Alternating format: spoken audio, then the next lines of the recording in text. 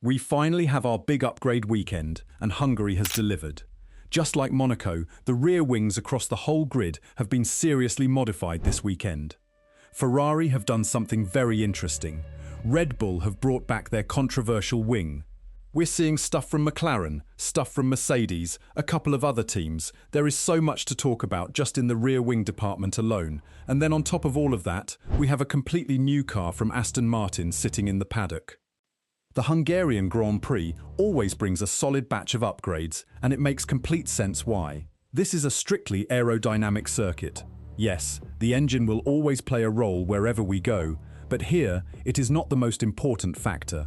And we know with these 2026 Formula One cars, the battery deployment and the way they supercharge can be quite an annoying variable on certain circuits. Not here. Hungary strips all of that back. Aerodynamic efficiency is the single biggest factor in who is fastest this weekend. So let's get into it, team by team. Red Bull have brought back that rotisserie wing. And if you look closely at it, you can spot the gurney flap on the rear wing, along with what I personally call the cat ears, that dog-like actuator mechanism that works really well with the way the wing flips over. This is going to be a genuinely interesting test for them this weekend. There is one long straight here at the Hungaroring that will give them a clear read on whether this wing is in the right condition to be used race to race going forward. And I have a feeling Verstappen is going to be very vocal after practice if it isn't performing the way they want. McLaren are testing their own version of a flippable rear wing here in Hungary, and I've been over this concept so many times this season, but this is the first time we're actually going to see it in action. The McLaren version works slightly differently to Red Bull's though. Rather than doing a full 360-degree flip like Ferrari's wing, it inverts. Same principle, different execution. As of right now, I believe it's on Norris's car for FP1, though I can't confirm whether it'll carry into FP2 either. Either way, we will see it run in Friday's first practice session, and that should give us a much clearer picture of where McLaren are headed with this concept. Cadillac have brought a brake duct upgrade to Hungary.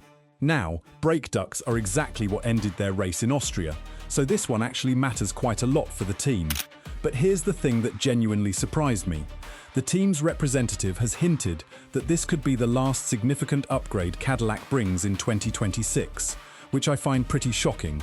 I honestly expected more development packages through the second half of the season, but it's starting to look like they're already pointing their attention toward 2027. And look, strategically that makes sense. You start building your future car earlier rather than chasing scraps in a season where you're already behind.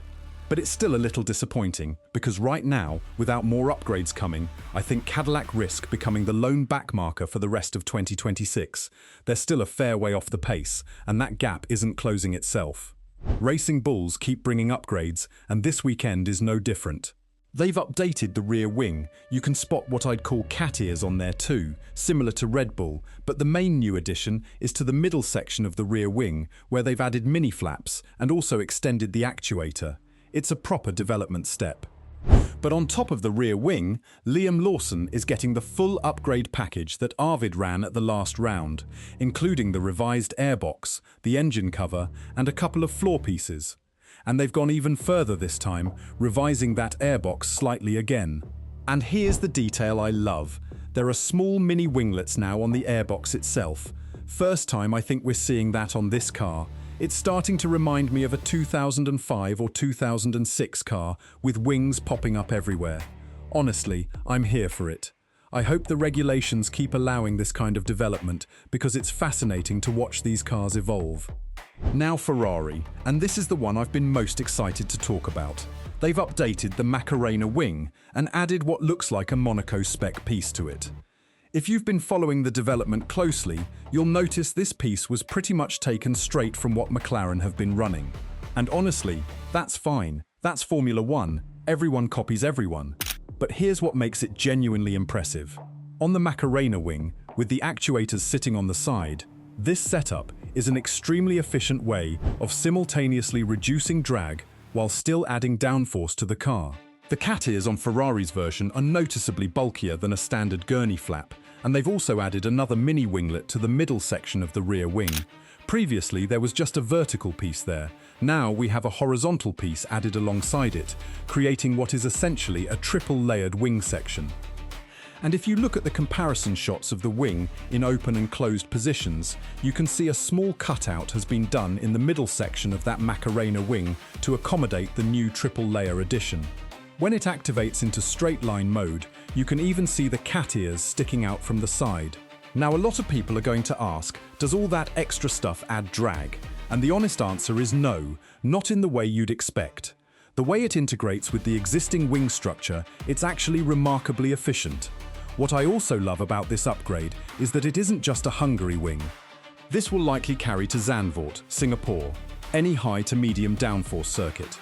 The only place I doubt we see it is Monza, where pure straight-line efficiency takes over and you'd want something cleaner. And the floor is also expected to get another element here, probably the three-piece configuration. We didn't get many images of it, but I'd expect to see it on the car in practice. And the biggest story of the entire weekend, Aston Martin. Because they haven't just brought an upgrade package, they've brought what is essentially a new car, the AMR 26B. The first images that came through already told us a lot. That massive side pod undercut is still there, and the side pod inlet has been revised. It's now even more letterbox shaped, made even skinnier, very similar in philosophy to what Red Bull did with the RB19. And I'll be honest, considering this car has had some reliability concerns through the season, making that inlet even smaller is a bold call, but clearly the engineers believe in the concept.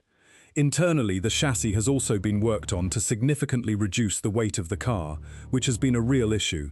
The gearbox has changed, which is a big deal in itself. The rear suspension has been revised.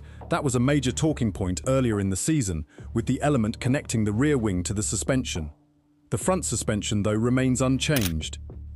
On the rear wing, what was shown in the first images is a smaller corner piece, similar to what Mercedes added a few races back. Aston have now added their own version of that. We still haven't seen the full middle section of the wing at this point.